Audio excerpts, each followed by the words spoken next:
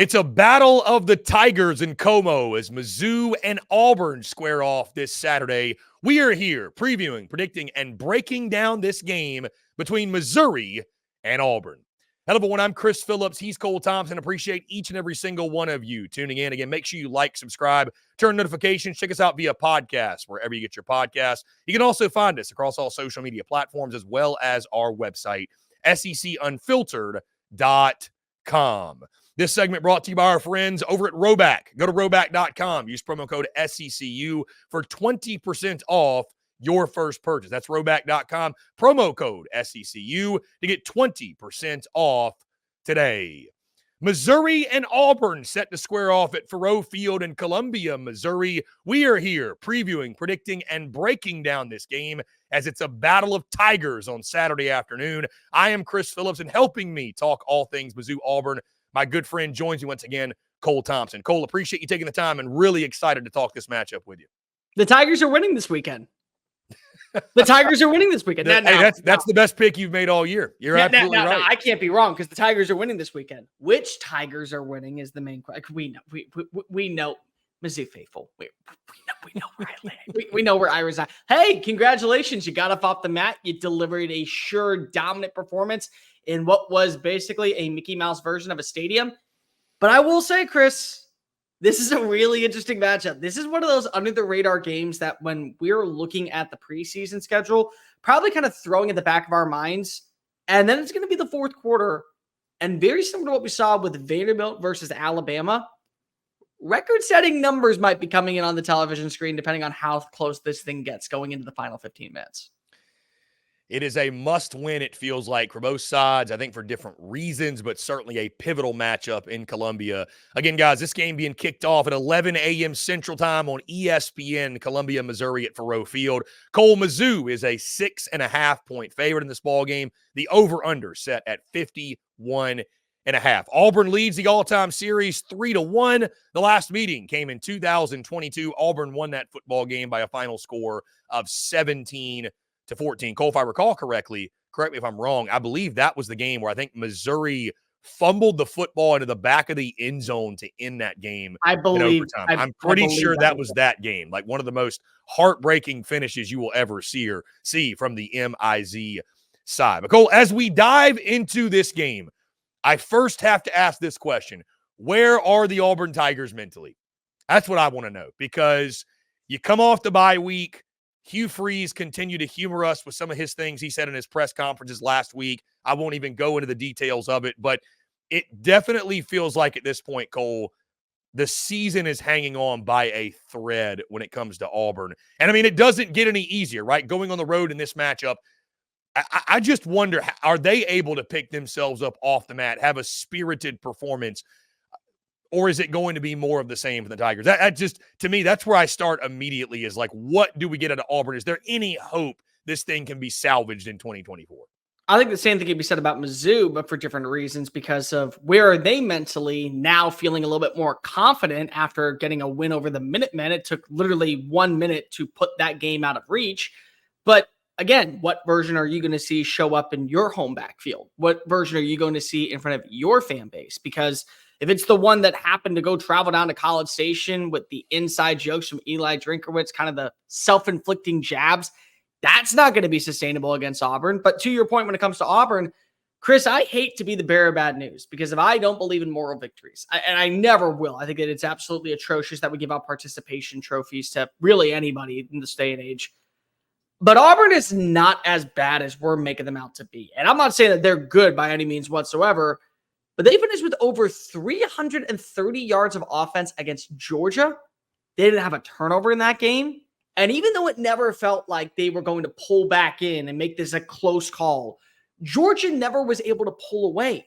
So either that says a lot about Georgia, where they currently are in the world of college football, heading into their matchup against Texas, or it does say that, hey, Hugh Freeze is, he needs to tone it back just a little bit. The 9 times out of 10, Kraft, hey, you get one opportunity, you better capture the moment. Thank you, Marshall Mathers, for that line. But still, he's not wrong. Take away the turnovers. We're not a bad team. You take away at least, I would say, 6 turnovers. There's a scenario where there's only 1 loss on the schedule. And this is now a top 25 versus top 25 matchup between two teams that really need a win to save their season in terms of the college football playoff hunt, not in terms of just keeping morale at an all-time high, making the fan base not want to go roll Toomer's corner with Hugh Freeze's blood. I mean, like there's certain things that are the reason that we're here. But mentally, you get a bye week if you're Auburn. You do feel pretty good about yourself marching on in to Athens and making this thing interesting. You see a formula that can work. You know that you have an established number one receiver. You watched what Texas A&M was able to do to this Mizzou team. But what do you look like in those first 15 minutes coming out of the bye? Are you going to be a team that is gung-ho, full force, physical, the dominant version, fully healthy?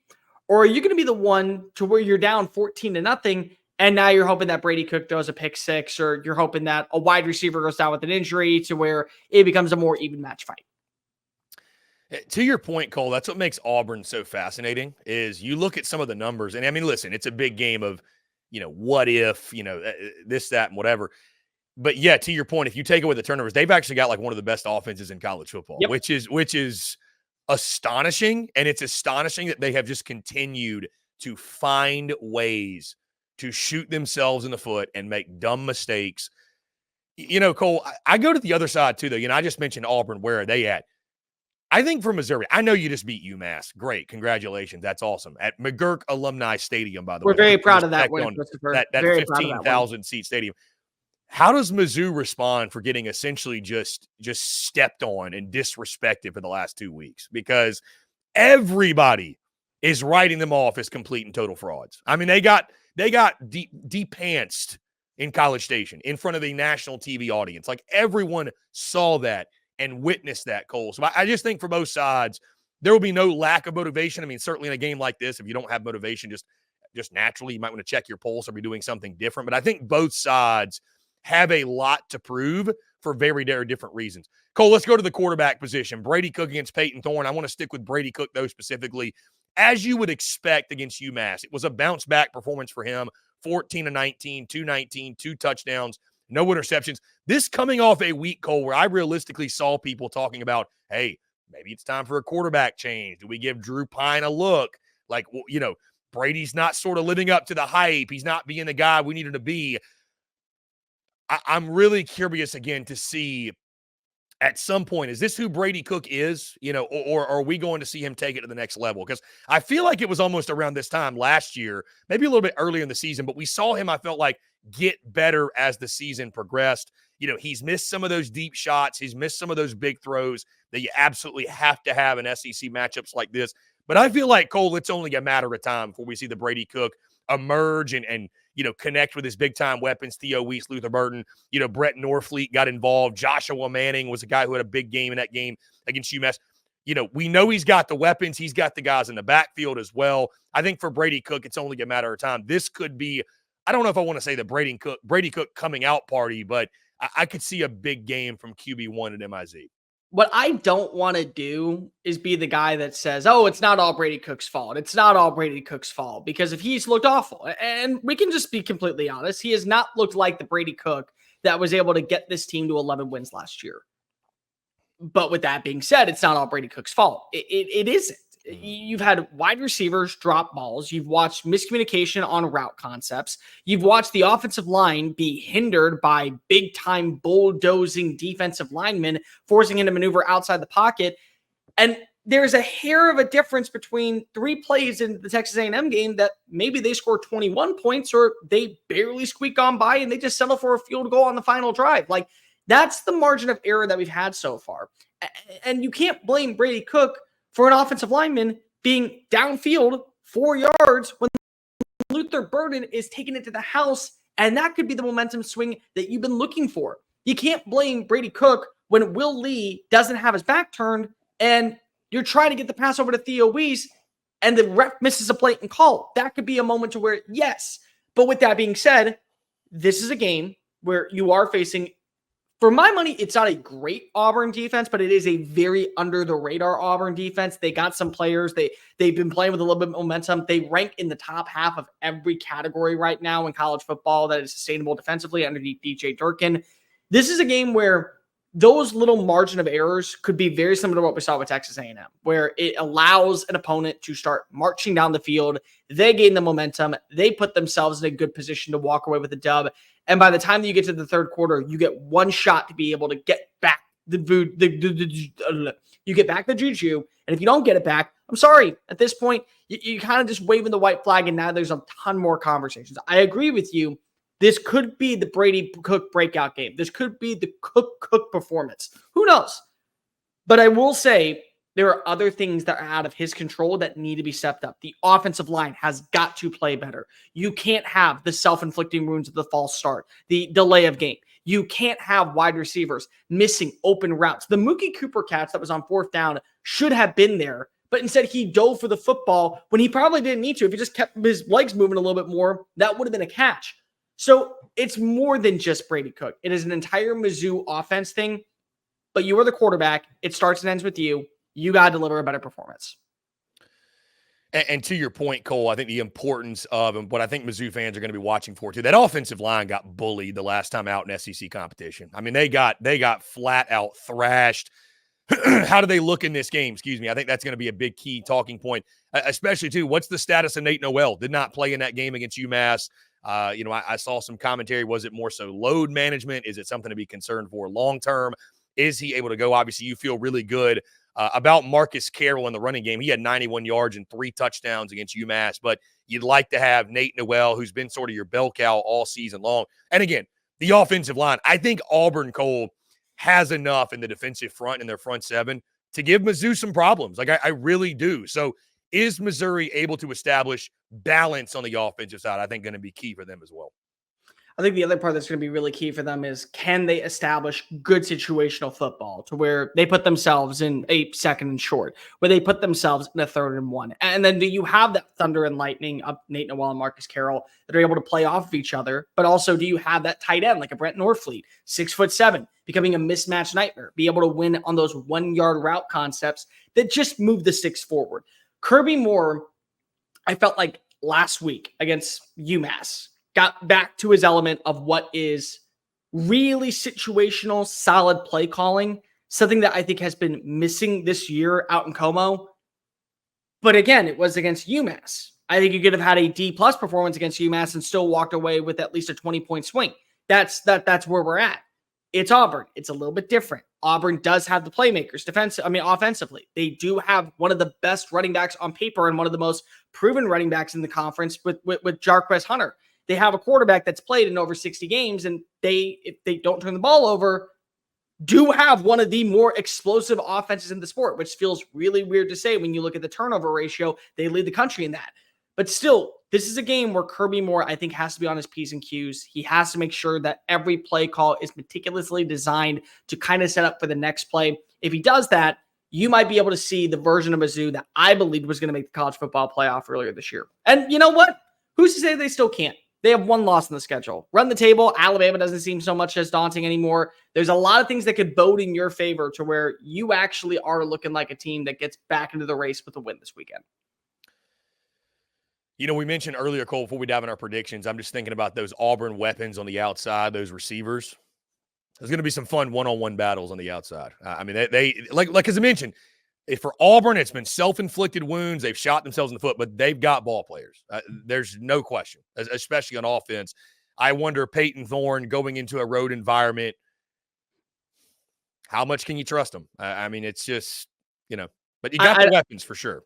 I don't want to not bring up Auburn's weapons just because I feel like we talk a lot about Mizzou and how they could find a way to screw this up. Auburn can find a way just to show, hey, yeah, we have the turnovers, but we were never this bad. I mean, Malcolm Simmons had a really strong game against Georgia. You've watched this Keandre Lambert-Smith, who for years, we've kind of talked about him as being like the Robin.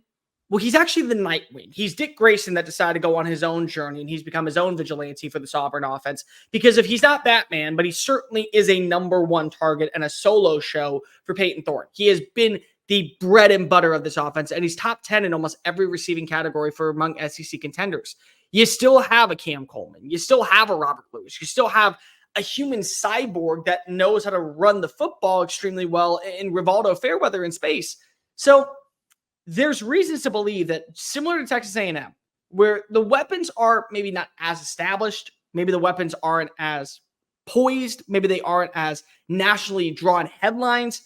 They're good enough to take the top off of Mizzou's secondary and really put Corey Batoon in a whirlwind of mistakes to where the blitzes start to affect Peyton Thorne, where the blitzes end up starting to give them a little bit more of the quick, decisive throws, where they're playing a little bit more in zone rather than a man. And because of that, it opens up opportunities for them to really control the tempo. Tempo is another thing that I think is going to be really important for Auburn in this game. If they can slow down the clock and just milk as much time off to have to force Brady Cook to throw and not even wonder about what that ground game could be, you might see Auburn actually pull away with a pretty substantial lead. And what would be a pretty substantial upset, it would at least feel like, across the SEC. Cole, that being said, let's go ahead and dive into it, lock in our predictions. I'll go ahead and get us started here. I have gone so back and forth on this game, Cole. Literally in the midst of this conversation, I've gone back and forth on this game mentally. Because it's one of those things where I am not someone where I sold all of my Missouri stock after the Texas A&M game. We had our fun, right? Fraudulent, like whatever. And obviously we know how you feel about MIZ, but I didn't sell all of my Missouri stock after that game.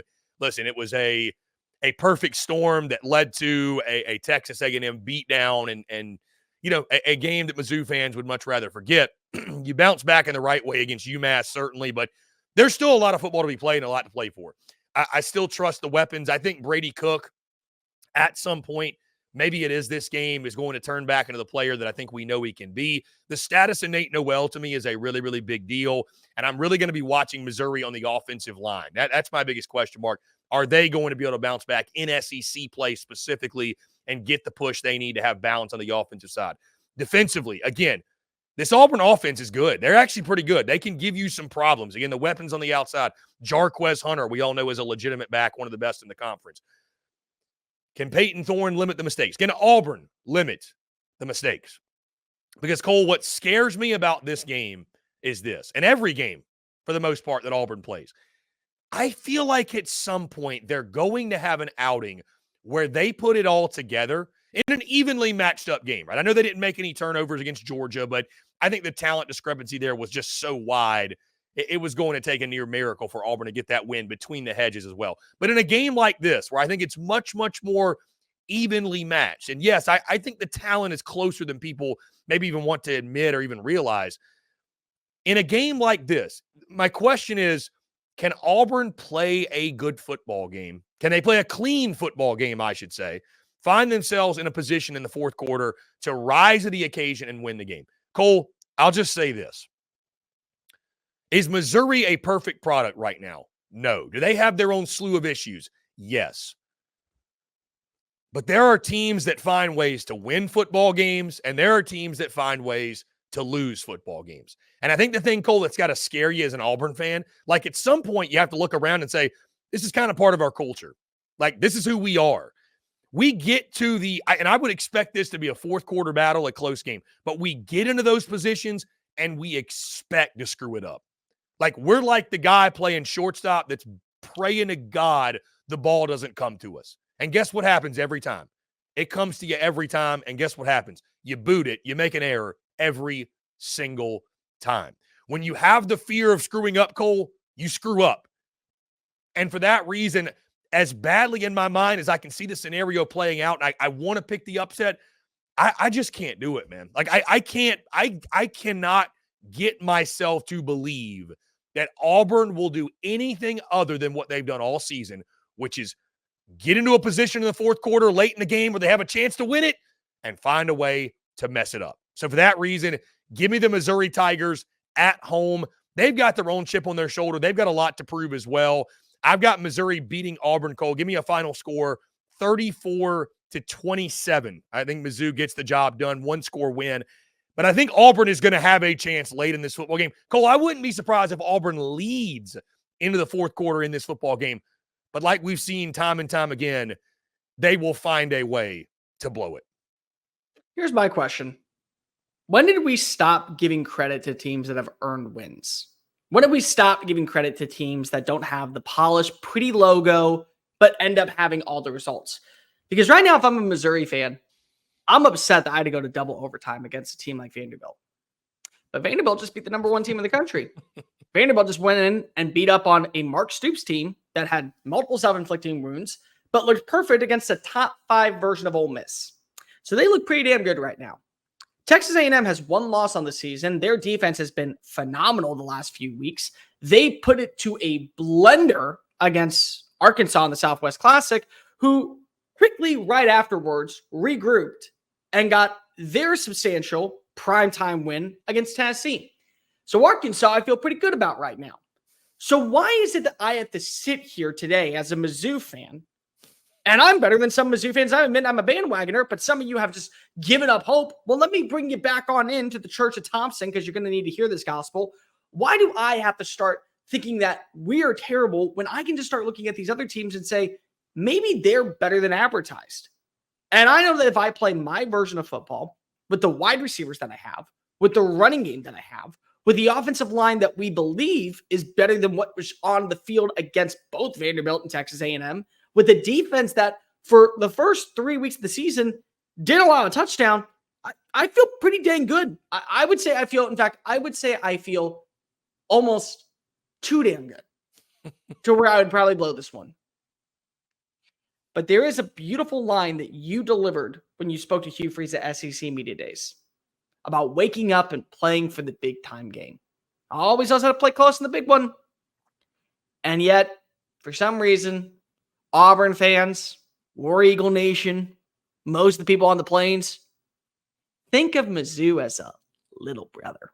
Think of Mizzou as a that's cute team. It's going to be really cute when Mizzou comes back and they beat the brakes off of the Tigers, because you're going to see another multi-interception game for Peyton Thorne. You're going to see a multiple slew of errors from this offense. And the Tigers, the Mizzou Tigers, the one that I cannot wait to go visit, bang the drum, meet Coach Drinkwitz, shake his hand and say, you're doing it right, son. They're going to win this game by double digits. They're going to pull away in the fourth quarter. This is the Brady Cook breakout game. This is the Luther Burden experience that we have been waiting to see all year. I got a final score of 41-21. I think that Mizzou comes out swinging, and they're going to put people back on the map. Fraudulent? Here's the F for failure to think that we ever were going to buy into that shtick. A blowout in Como. I got a close game. Guys, who do you agree with? Do you disagree? How do you see this playing out when the Missouri Tigers and Auburn do battle at Thoreau Field? Guys, that's going to do it all for us. Appreciate each and every single one of you tuning in. Again, make sure you like, subscribe, turn notifications. Check us out via podcast, wherever you get those. You can also find us across all social media platforms, as well as our website, secunfiltered.com. For Cole Thompson, I'm Chris Phillips. Appreciate each and every single one of you tuning in, and we will catch you on the other side. MIC!